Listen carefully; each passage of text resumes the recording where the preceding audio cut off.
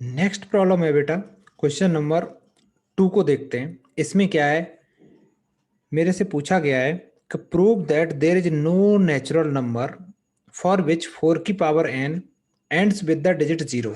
वो ये कह रहा है कि ये प्रूव करो कि 4 की जो पावर है, पहले ये मत पढ़ना, जो ये मैंने लिखा है ना इसको मत पढ़ना बेटा बिल्कुल भी, ठीक है।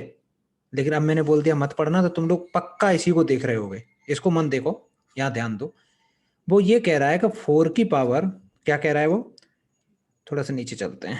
वो ये कह रहा है 4 की पावर n जो है, n की कोई भी वैल्यू तुम पुट करो, लेकिन कभी भी ये डिविजिबल बाई 5 नहीं होगा। या एक कहने का मीनिंग ये है कि n की वैल्यू कुछ भी पुट कर दो, ये कभी भी एंड विद 0 या फिर एंड विद 5 नहीं होगा। यही मीनिंग है इसका।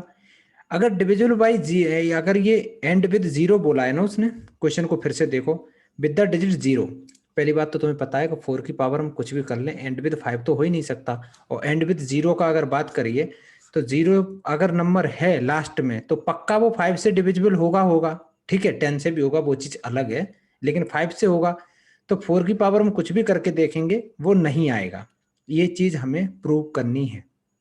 अब देखो कैसे करना है।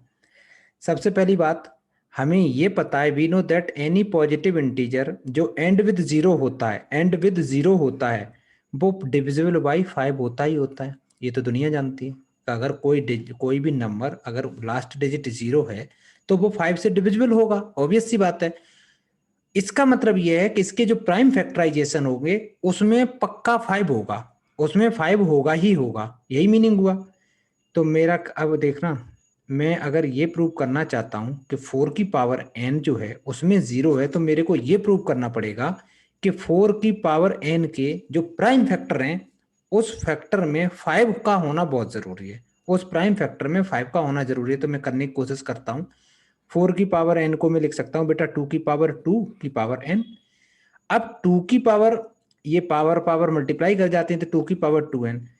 इसमें मैंने ये हटा दिया, कोई बात नहीं, फिर से लिख देता हूं। मैंने लिखा इसको 2 की पावर 2n। अब एक चीज देखो, जब मैंने 4 के प्राइम फैक्टर करे तो प्राइम फैक्टर में मेरे को कहीं भी 5 नहीं मिला, ओनली 2 मिला है। तो इसके जो प्राइम फैक्टर हैं, the only prime factorization of 4 की पावर जो n है उसमें 2 है, उसका प्राइम फैक्टर ओनली 2 है। 5 does not occur in the prime factorization of 4 की power n for any value of n।